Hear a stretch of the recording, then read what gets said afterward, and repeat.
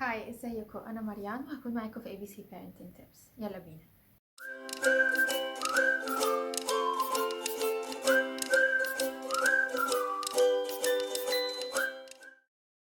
كتير بنعلم ولادنا انه كلمة لأ دي كلمة وحشة، ما ينفعش خالص نقولها. ماما نقول لها حاضر وبس، ما ينفعش خالص خالص نقول لها لأ، ولا اي حد كبير. لازم دايما نكون بنقول كلمة حاضر. طيب تفتكروا الكونسبت ده ان احنا نربي ولادنا كده دي حاجة صح ولا غلط؟ اولا، كلمة لأ دي كلمة مش وحشة، دي كلمة حلوة جدا، لان هما لو اتعلموا ان كلمة لأ كلمة وحشة هيكبروا على انهم ما ينفعش يقولوا لأ لأي حد.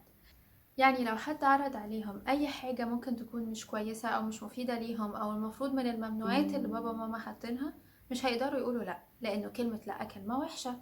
لو مثلا حد عرض عليهم ان هم يروحوا مكان مش كويس مش هيقدروا يقولوا لا.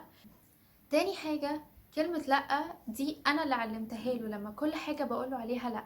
لا ما تاخدش دي، لا ما تعملش كده، لا ما تروحش هناك، لا ما تكلمش ده، لا ما تعملش ايه. لا لا لا لا لا لا لا لا لا لا لا. انا اللي علمت ولادي كلمة لا لما كل حاجة بقولهم عليها لا. فممكن نخلي بديل لكلمة لا ان احنا مثلا نقول لهم طب ايه رأيك نعمل ده ولا ده، نديهم اختيارات. او مثلا بدل ما نعمل دي خلينا نعمل دي، ندي بدايل، وهكذا.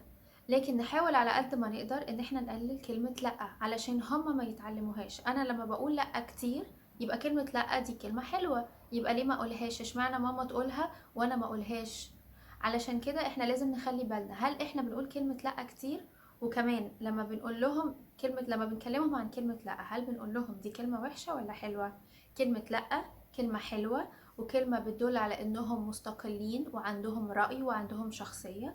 لازم نشجعهم ان هم يقولوها، ونعلمهم ان هم يكونوا مسؤولين عنها.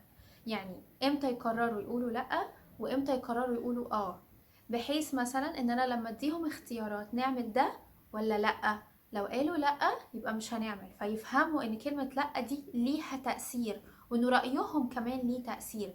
فبالتالي بعد كده هيفكروا قبل ما يقولوا لا ولا اه، يكونوا مسؤولين عن الكلمة دي، ويفهموا ان كلمة لا دي كلمة حلوة جدا. لو حد قال لي ان انا اعمل حاجة مش كويسة، او حد قال لي اروح معاه في مكان مش كويس، هقول له لا بقوة، لانه كلمة لا دي كلمة قوية، كلمة حلوة مش كلمة وحشة. ميرسي، اشوفكم الفيديو الجاي.